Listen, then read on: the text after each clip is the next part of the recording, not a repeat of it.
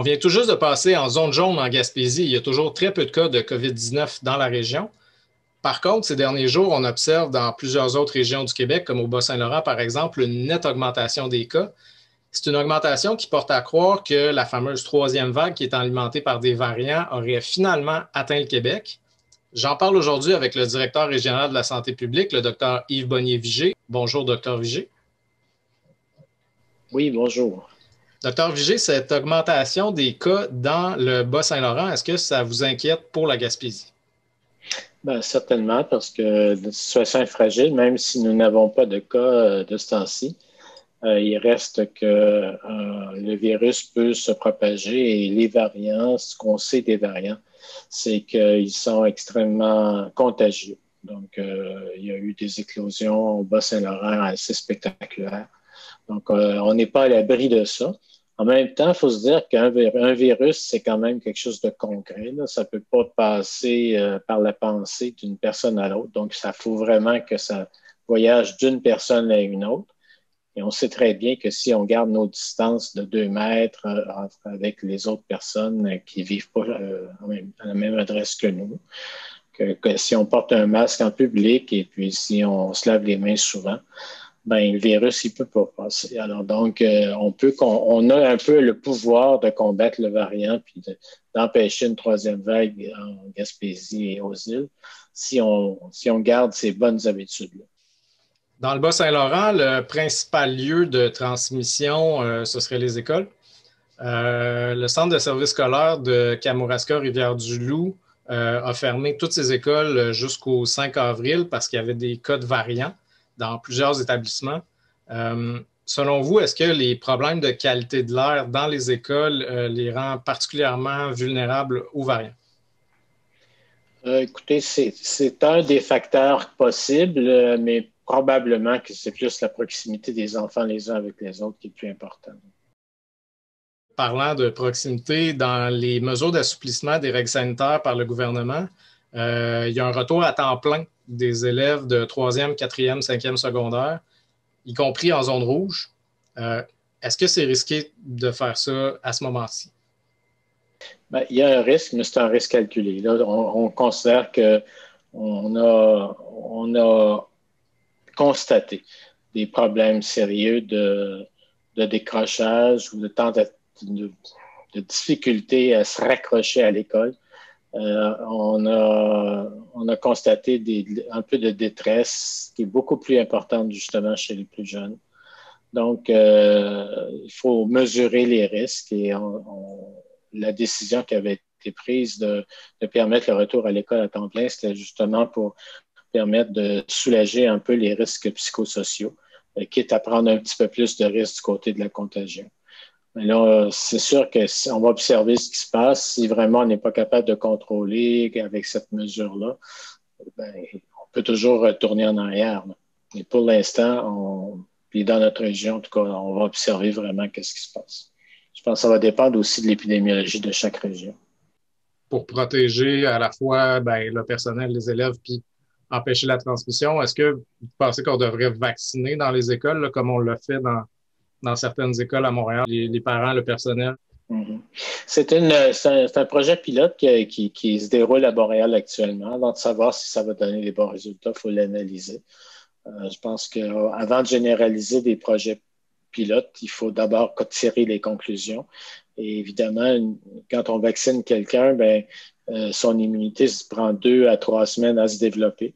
Donc, tant qu'on n'a pas un recul d'un bon mois pour savoir si ça a eu de l'influence sur la transmission, on peut pas prendre aucune décision là-dessus. Là. Si ça s'avérait positif, c'est quelque chose probablement qui serait proposé. Et d'ici ce temps-là, on sera déjà rendu à vacciner les parents pratiquement. Justement, la progression de la vaccination au Québec, jusqu'à tout récemment, le premier ministre Legault disait qu'une des raisons qui faisait que on était épargné par la troisième vague au Québec, c'était la vaccination. Pourtant, à ce moment-là, il y avait seulement, quand il disait ça, il y avait seulement environ 10% de la population québécoise qui avait reçu une première dose de vaccin.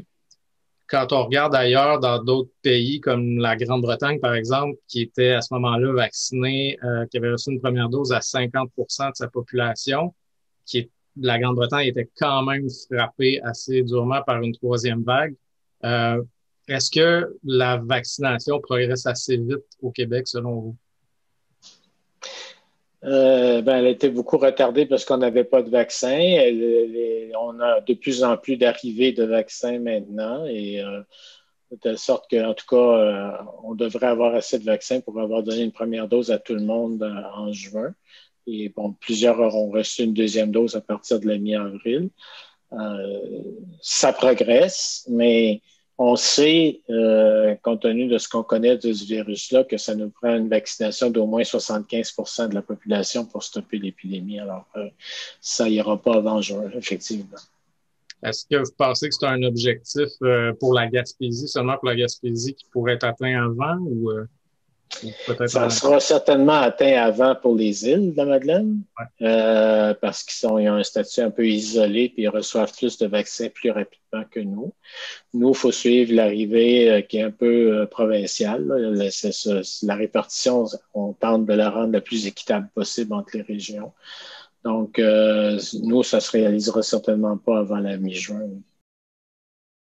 Il y a le tribunal administratif du travail qui a tout récemment rendu un jugement qui va obliger le gouvernement à fournir des masques N95 au personnel dans le système de santé. C'est quelque chose qui a été retardé. Il a fallu avoir un jugement du tribunal administratif du travail pour que ce soit appliqué. Est-ce que, selon vous, l'entêtement à ne pas fournir des masques au personnel, c'était motivé par la science ou par des facteurs économiques? C'était certainement appuyé par l'incertitude scientifique, mais il y avait aussi tout simplement la disponibilité là, qui était un problème. Je pense que dans tous les jugements qui doivent se prendre au jour le jour dans le cadre de la vaccination, pas de la vaccination, mais dans le cadre de la pandémie, il peut y avoir parfois des erreurs. Je pense qu'il faut le reconnaître. Mais bon, on corrige toujours ces erreurs-là finalement par ces recours-là qu'on a dans nos sociétés démocratiques de pouvoir amener la discussion à plusieurs niveaux, de faire intervenir plusieurs personnes. Je pense que la discussion est certainement pas terminée là-dessus, mais entre-temps, je pense que ce qui est important, c'est que les gens soient mieux protégés. Pour rester sur la question de la santé et de la sécurité au travail, mais dans une perspective un peu plus large, il y a le projet de loi 59 avec lequel le gouvernement veut réformer le régime de santé et sécurité au travail. C'est un projet de loi qui est décrié par beaucoup de monde. Je vous en parle parce que ça concerne directement la santé publique et parce qu'aussi il y a les directeurs, directrices régionales de la santé publique qui ont produit un mémoire qui dénonce en fait que cette loi-là ferait en sorte que les entreprises pourraient décider de leur propre plan de prévention sans avoir de rendre compte à la santé publique. Pour qualifier cette réforme-là, le gouvernement utilise beaucoup des mots comme moderniser, dépoussiérer. Ça sous-entend que le projet de loi ferait progresser le régime de santé et sécurité au travail.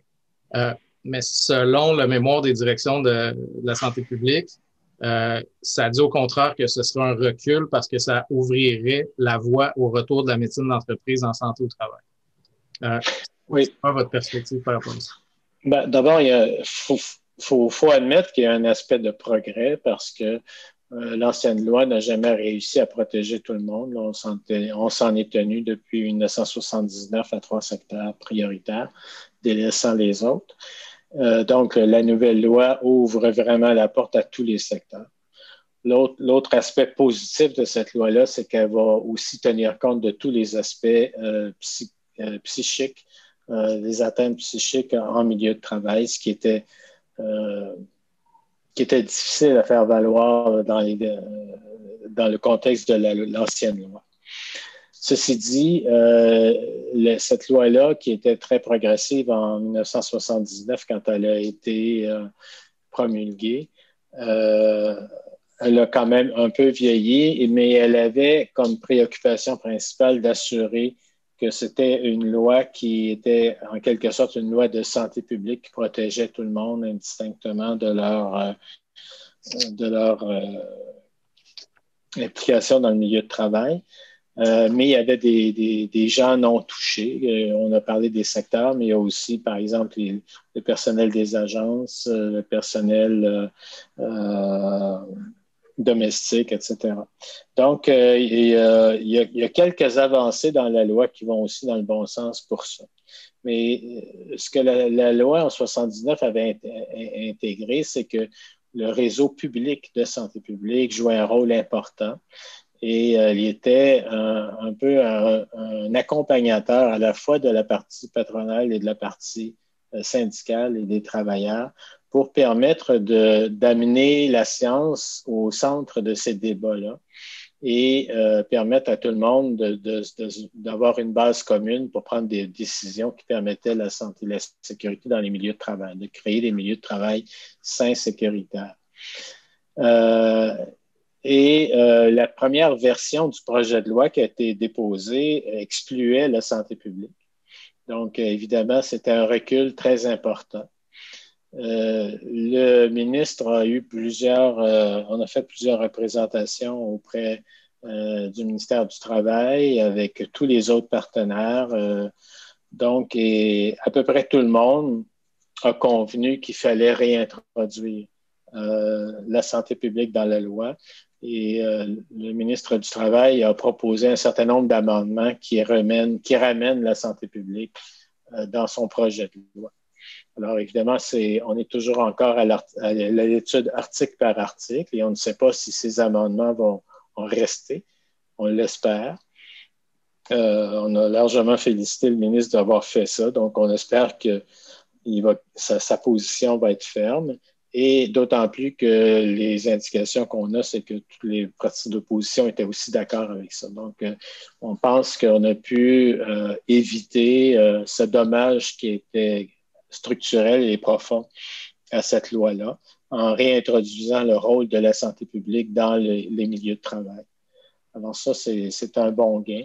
Il reste à voir comment concrètement la loi va être écrite une fois qu'elle sera complètement adoptée.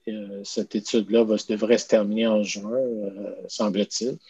Alors, on verra concrètement là, ce que ça veut dire. En attendant, on reste assez alerte, on reste à la disposition de toutes les parties qui discutent de cette loi-là pour les aider à comprendre des éléments si jamais c'est pas clair. Il reste que c'est une loi très complexe et la santé au travail était présente depuis 40 ans. Donc, il y a beaucoup d'expertise qui a été accumulée. Donc, c'est un peu normal qu'on ait besoin d'être un peu en conseil, là, même au niveau de la rédaction de la loi. Ben, écoutez, M. Bonnet-Vigé, c'était toutes les questions que j'avais aujourd'hui. Je vous remercie. Ça me fait plaisir, puis je reste à votre disposition n'importe quand. Ben, je vous remercie beaucoup.